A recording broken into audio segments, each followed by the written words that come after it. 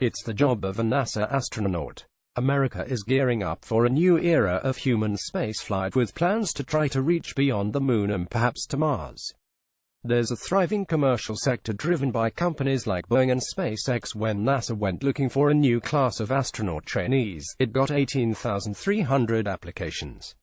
Only 12 were selected. They reported for duty last month for a grueling training program. CNN Money wanted to know more about an astronaut's job. We spoke with Donald Pettit, NASA's oldest active astronaut at age 62, and Greg Johnson, a former astronaut who is now the president of the Center for the Advancement of Science in Space.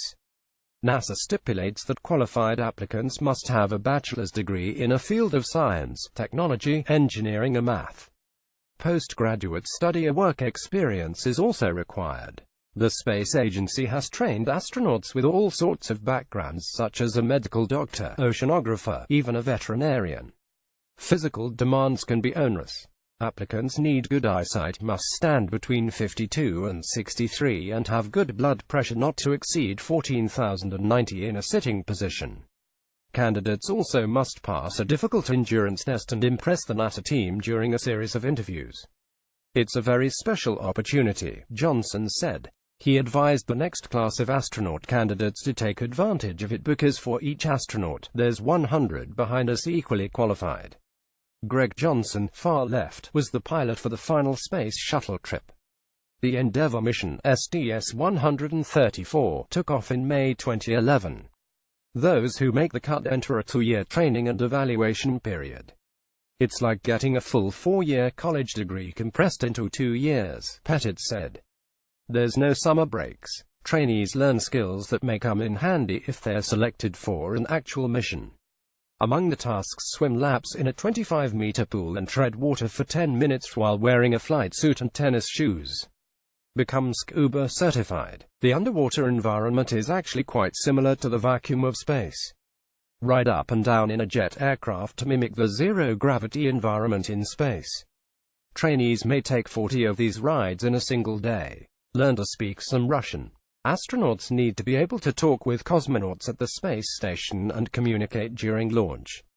Since the United States retired the Space Shuttle program in 2011, Russian space vehicles have ferried American astronauts to and from the International Space Station.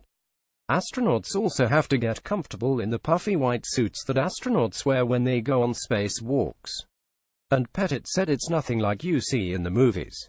They're hot and uncomfortable, and when you get out of them, you kind of slither out of them like a worm, like a slimy creature that just crawled out of a chrysalis, Pettit joked. Astronauts complete underwater training to simulate a spacewalk. Even after astronauts complete the program, they still have to complete specific training based on what they'll be doing in space. All that starts long before they reach the launch pad. For example, if an astronaut is tapped to complete a 6-month stint at the space station, it requires 2 to 3 years of extra training. But while space is memorable, there's a lot of action back on Earth.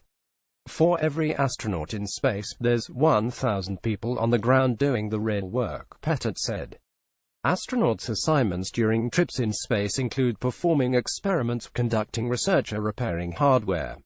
Those tasks eat up most of their time. Johnson flew on short-term orbital space shuttle missions, so his flight team worked almost constantly.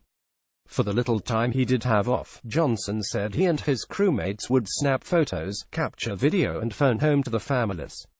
Johnson remembers one video chat with his wife and children, during which he was able to show them the Earth whisking by out the window. They got an aerial view of Michigan to Madagascar in 20 minutes. Pettit has done more long-term missions. In total, HES lived aboard the International Space Station for more than 6 months. Still, he only had 1 day off per week. I don't like to do anything on orbit I can do on Earth. I'll make like 3 phone calls in a 6-month period, Pettit said. I spend my time taking advantage of what the space environment offers: incredible views, the ability to do amazing photography, and the science opportunity I would devise my own little science demonstrations. Pettit became known for his Saturday morning science demonstrations during his time aboard the International Space Station. Pettit's class in 1996 was called the Sardines because 44 trainees were packed into one class. Johnson's class in 1998 was called the Penguins, a nod to the flightless bird and the fact that it would be 8 years before any of them would fly in a mission. The 2017 class doesn't have a name yet. It's a labor of love. Nobody gets rich, said Pettit, who has about 2 decades of astronaut experience under his belt. NASA says annual salaries for astronaut candidates, those first starting out, range from $66,026 per year up to $144,566.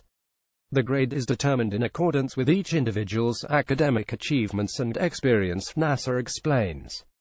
Full-fledged astronauts can make up to $150,063 per year based on 2017 rates, unless they come in through the military.